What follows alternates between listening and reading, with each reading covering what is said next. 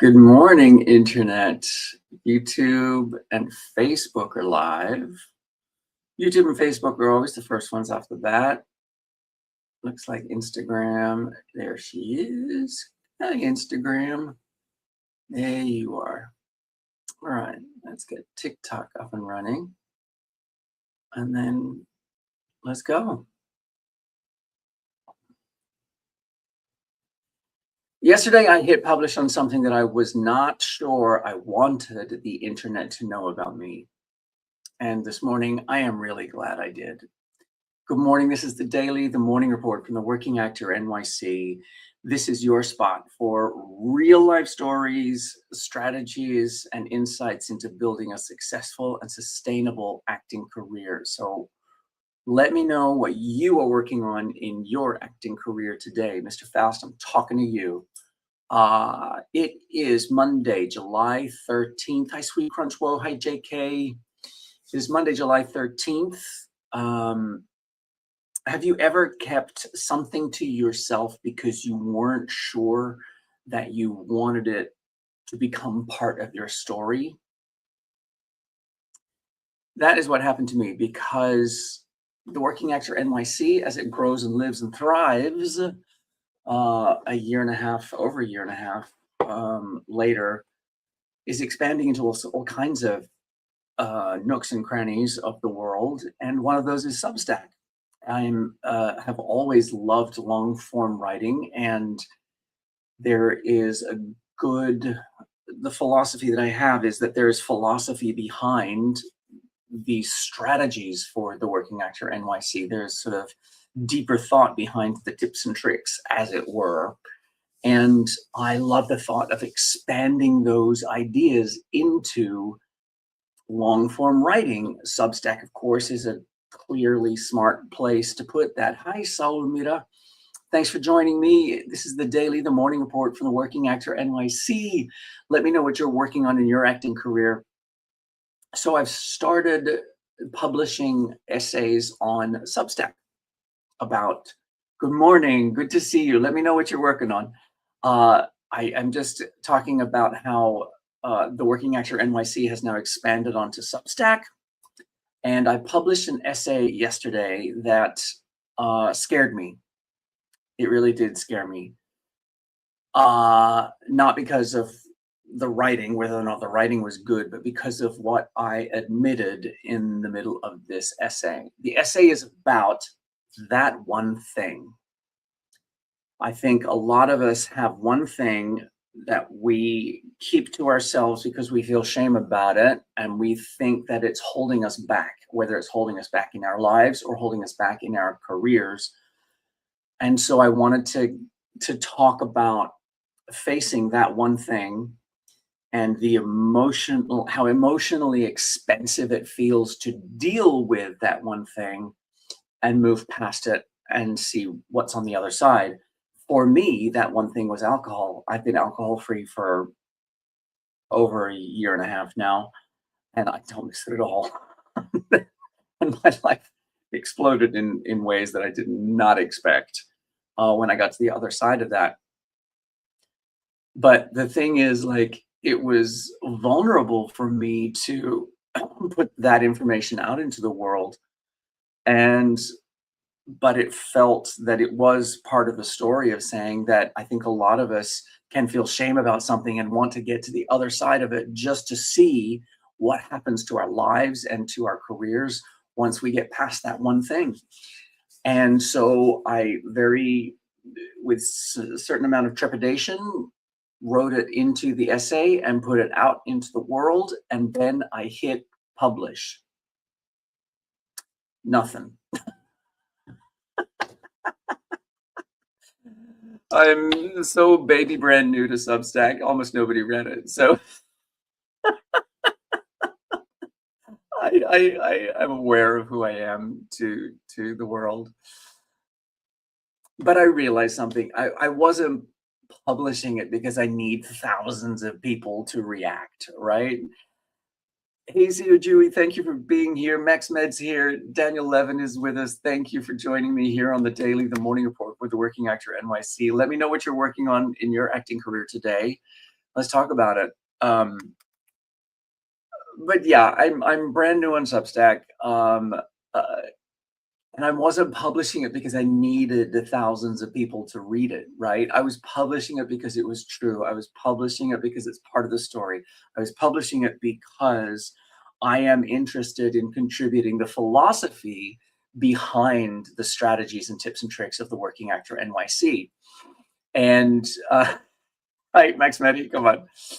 Uh, and I sort of the way I have felt about all of my content is like if one person sees it and thinks, I'm not alone, I'm not the only one, then it is worth publishing.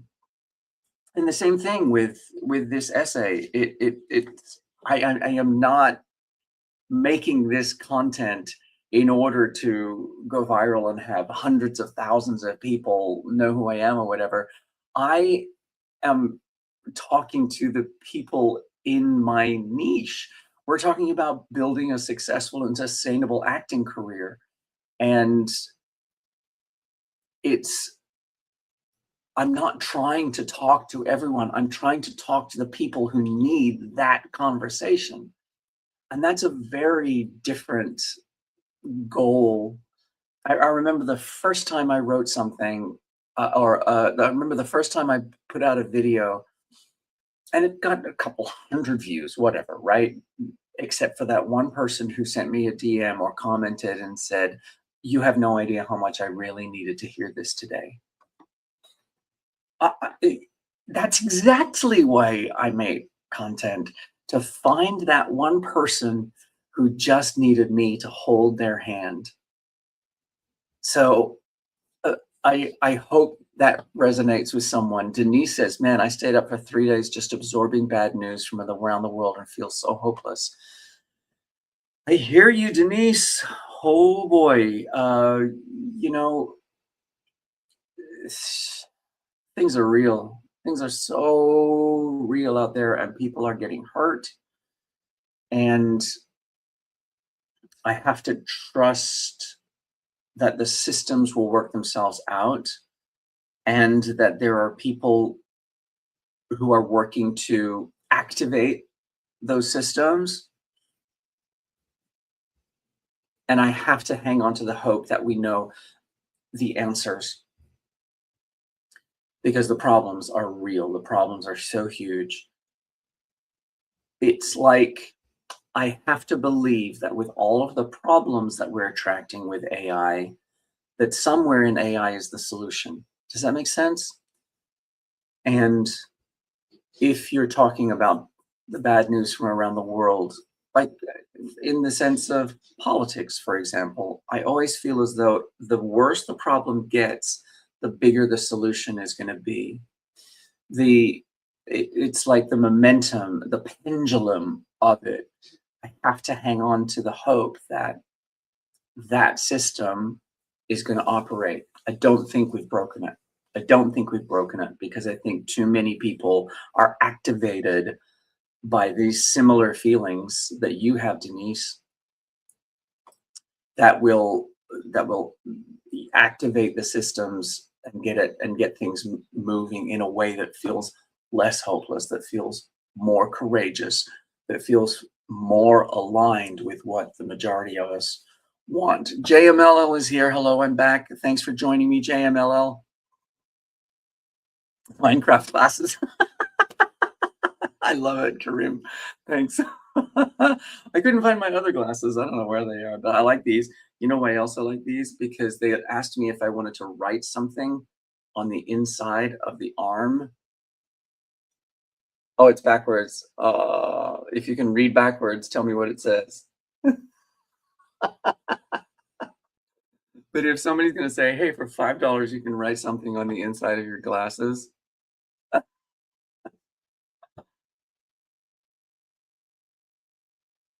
I'm going to take it. AI is shit. I can't even make me $1 million. I wasted my money by buying Claude Max and GPT Pro. Get it, Mr. Kentaro Musashi. You make that $1 million. Get into it. I don't know that AI. Did y'all see that video of the guy asking AI how many E's there were in the word 17? And they go back and forth. And the guy at one point is like saying, no, no, no, no.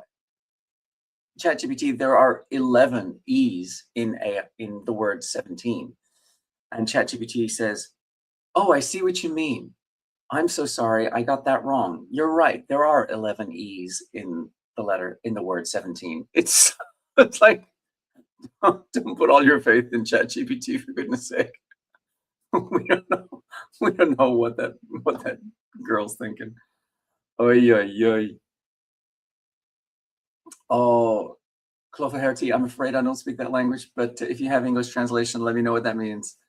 Let's check in over here. Oh, oh, Michelle, go for it. Live your life. Can you name 5 countries? I certainly can. Interesting contribution to the conversation. Let me know what you're working on in your acting career. Hi, Kay. Thanks for being here. But yeah, the point of that whole story, actors spend so much time trying to appeal to everybody, but careers aren't built by connecting deeply with everybody. They're built by connecting deeply with the right people.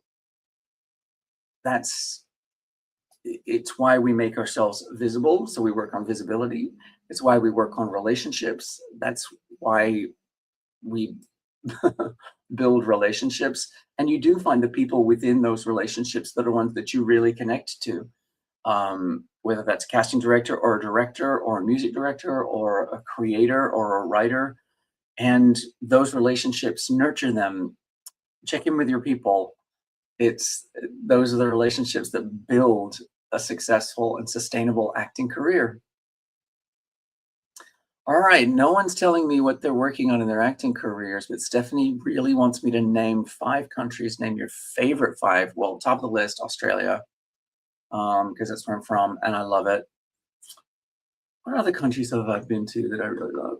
Oh, I think my first international trip, my next international trip, is going to be Eastern Europe. There's like countries like Croatia. We're super interested to find out about that part of the Croatia, Albania. I'm interested to know that part of the world. I loved going to Egypt. That was a real adventure. I really, really want to go on a food adventure to Italy. I did get to go on a trip to Paris, so I have been to France, and I just loved that. Yeah, I'm planning a little trip. I want to go to Budapest. I want to go to Croatia. I want to go to Albania. I Hi Zenya, thanks for joining me. Yeah, Eastern Europe looks really interesting to me, and I would really love to. One second, please. Hold. Not bugs. I really would love to explore that part of the world when I can get it there. Oh, thank you, Zenyar. I appreciate that. Very generous of you. Oh, nothing and not a thing. What is the difference between movies and TV? It's just the format. They're both recorded on camera, but one is played on the television set and one is played on the big screen. It's a format. Television shows tend to be 1 hour or a series. Oh, Algeria! I'm interested in Algeria too. Come on, talk about food adventures. Do you have to live in LA to have an acting career? Absolutely not. I'm originally from Australia, but I live here in New York City, and I've had a working acting career here in New York City for over 25 years. A lot of the work that I do is in theater, and almost all of the major regional theaters around the US audition in New York. But now that everything has gone online and digital and self tapes and all of that, you can be from anywhere. What I will say is that a lot of film and television productions will only hire Jamil, sorry I don't get it, but I'm here for a testing my listening skill. Hang in there. JMLL, excuse me. Hang in there with us. I'll try to speak clearly and in full sentences. I know that when I'm trying to pick up my friends who speak Spanish and I'm trying to understand what they're saying, they never speak in complete sentences, and that throws me off. So I will try to make sure that I speak in complete sentences. So let me know how I do. Um, but just getting back to talking about whether or not you have to be in LA, you absolutely do not have to be in LA, particularly as a lot of film and television production is moving to other parts of the country and other parts of the world. There can be a lot of local production in much smaller markets. Nashville, um, New Orleans, whether you're international up in Canada, a lot of production goes to Canada, a lot of production goes to London. But we have a fan here of the Working Actor NYC, a funny mom, and she's in the Houston market and books a lot of commercial work in Austin, Texas. So there is local production all across the US.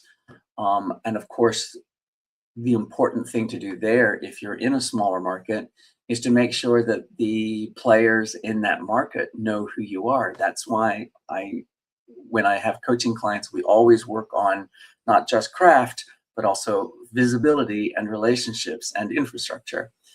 Those are the four things that we work on with my clients. And so particularly when you're in a small market, people have to know that you're there. So make sure that you're working on your visibility and relationships particularly if you're in a smaller market. Stephanie says, my friend wants to move to NYC. Would you recommend? 10 out of 10 recommend. I've lived here for over 25 years. I moved here from Australia. Oh, thanks, Ahmad. I appreciate that. That's very sweet of you to say that.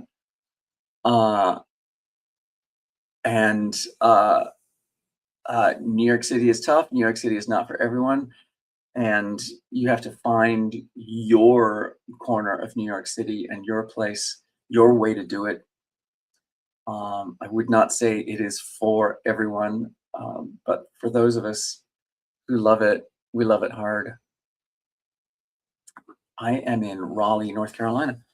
I don't know a lot about the market in Raleigh, North Carolina, although I've toured at least twice through to, gosh, what's the name of that huge touring house? Good audiences in Raleigh, North Carolina. Or is that Durham? Did I just make a faux pas by saying, can't remember where that huge touring house is exactly. It's funny because I can see it because I have a friend who lives there and she brought her daughter and we brought her backstage and got her to try the tiara on and blah, blah, blah, blah. Thoughts on McGregor losing? Don't know who that is. What are we talking about?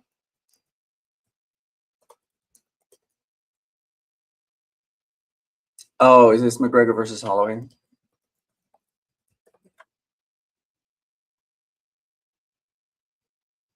UFC is not one of my sports. Something I know very, very little about. Everyone's asking me stuff about it. Though Stephanie's got opinions, I know nothing. It's not my area of expertise.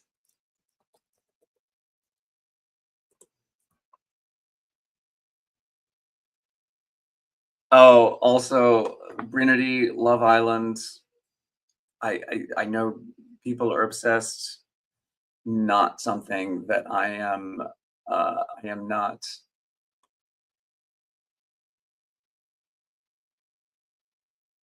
The Love Island is not something that I am trying to watch. Please, I just finished Hacks. I watched the first episode of Rooster. The Emmy nominations came out, so I am trying to make sure that I'm aware of the shows that have been nominated, and Rooster got one nomination for Steve Carell for leading actor in a comedy. So I wanted to watch at least the first episode of that. It made me laugh. It made me laugh. I don't know that it's something that I will definitely go back into. I like Steve Carell though. I'm fascinated by these actors who are able to bridge comedy and deeper material. Is that a Plycraft back there? I don't think so because I don't know what that is. Wow, everybody's asking me things. Oh, Plycraft. Oh no, that is an actual Ames lounger. It's not Plycraft. Tempura shrimp. That is it's another an actual genuine uh, uh, Ames lounger, and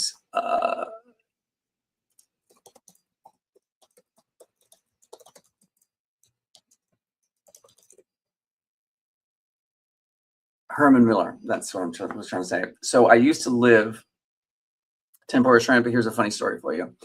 I used to live in downtown Manhattan, and one evening I was walking into the East Village, and there was a huge dumpster at the end of my street on Bleecker Street in Manhattan, and the 8-story building that was there, somebody in there was doing renovations, so there was a dumpster outside the front of this building. And as I'm walking towards it, I can see this object sticking out of it, and I'm like, that looks like an Ames lounger. As I got closer, I realized it was an Ames lounger. And I climb into that dumpster and I pull out this heavy leather and walnut chair out of a dumpster in downtown Manhattan. Luckily, it was on the top and there was nothing on top, like it wasn't dirty, but it was broken. Where the arm and the back section meet had broken. So I needed to spend about $350 on repairs for it.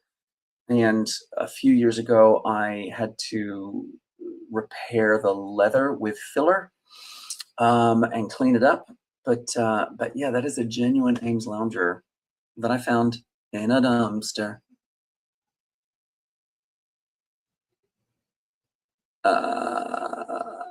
He shouldn't have been allowed into the UFC after what he did. I hate Love Island. Oh my God.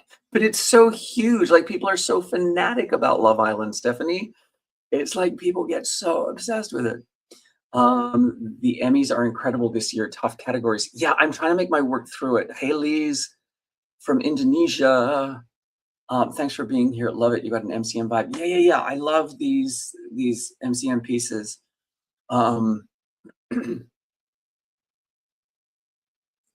No, I don't care about Love Island. No, me either. Just Widow's Bay.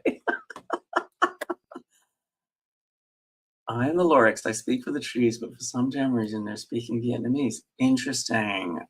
It's choices. I'm trying to make my way through the Emmy nominations. I'm probably not supposed to share that. Okay. I won't tell you why I'm making my way through the Emmy nominations, but I do have to.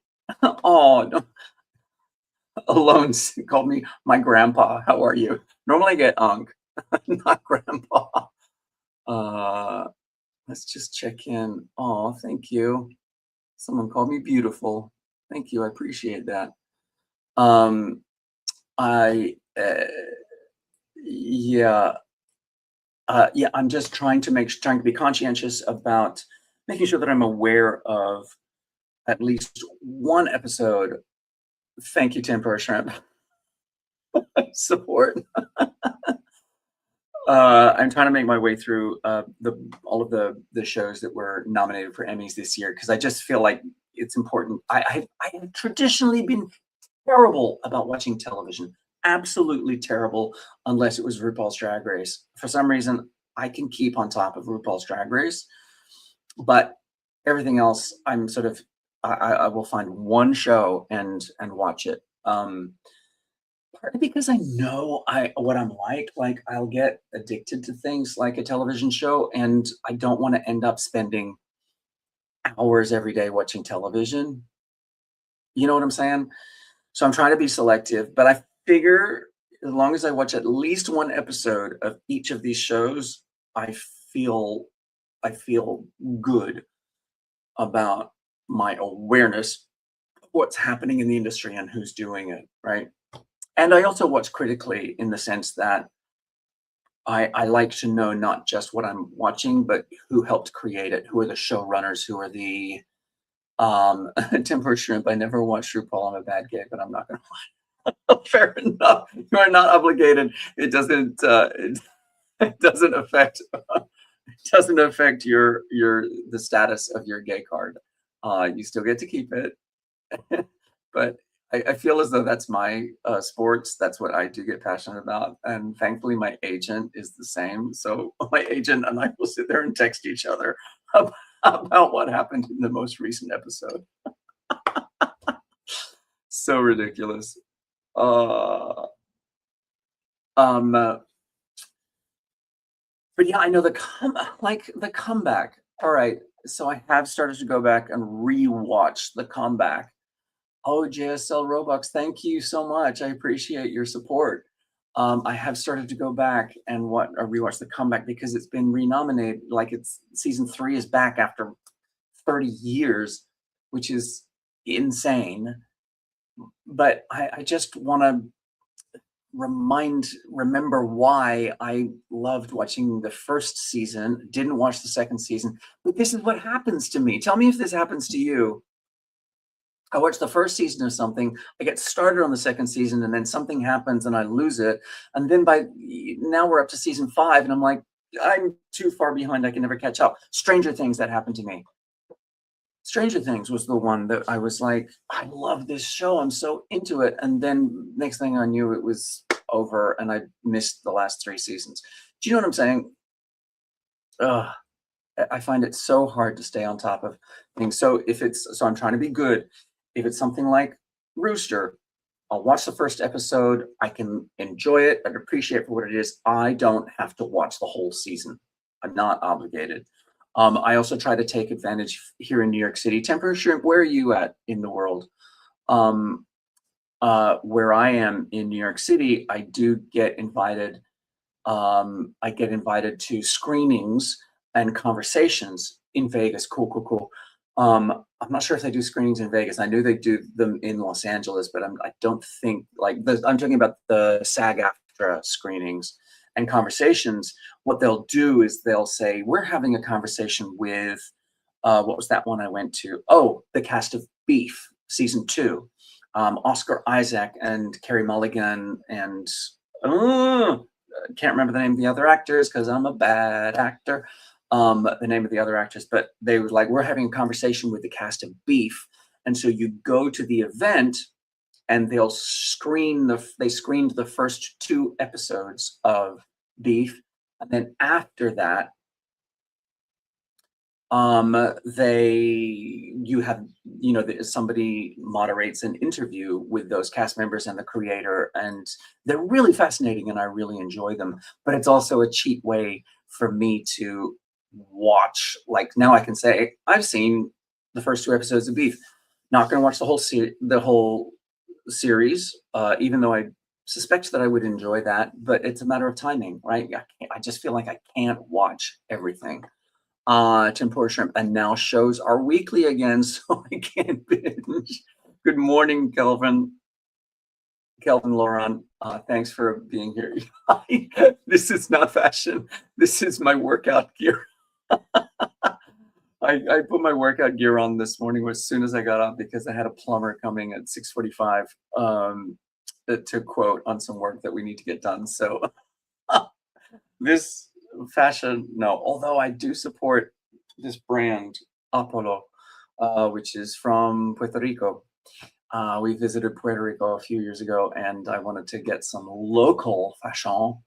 And Apollo was Jude Sod is back. Hey, thanks for joining us, Jude. But I said it about you, not about your clothes. Aw, thank you. I try to stay aware of style, but I feel as though I'm not very good at it. Wow, some medical advice there from Zoom. I would, check that one against your doctor's recommendations. I am not here to give medical advice. Gosh, you guys have been so entertaining today, but I've been on here for, half an hour now, and um, I have to actually run through the gym and then get to an appointment. I've got 2 coaching clients today. I, uh oh, no, I can't tell about my space, and your space looks fantastic. Oh, thank you. Please note the mirror ball in the center of my living room.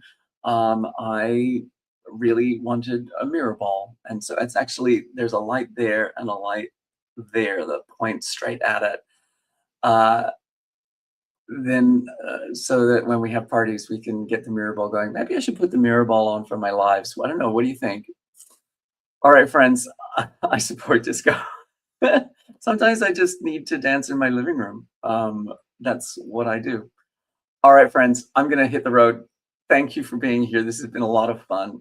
And wherever you are in your acting career, keep going. I'll be right back here at 8 a.m. tomorrow morning. See you then. All right, friends, we'll be right back here at 8 a.m. tomorrow morning.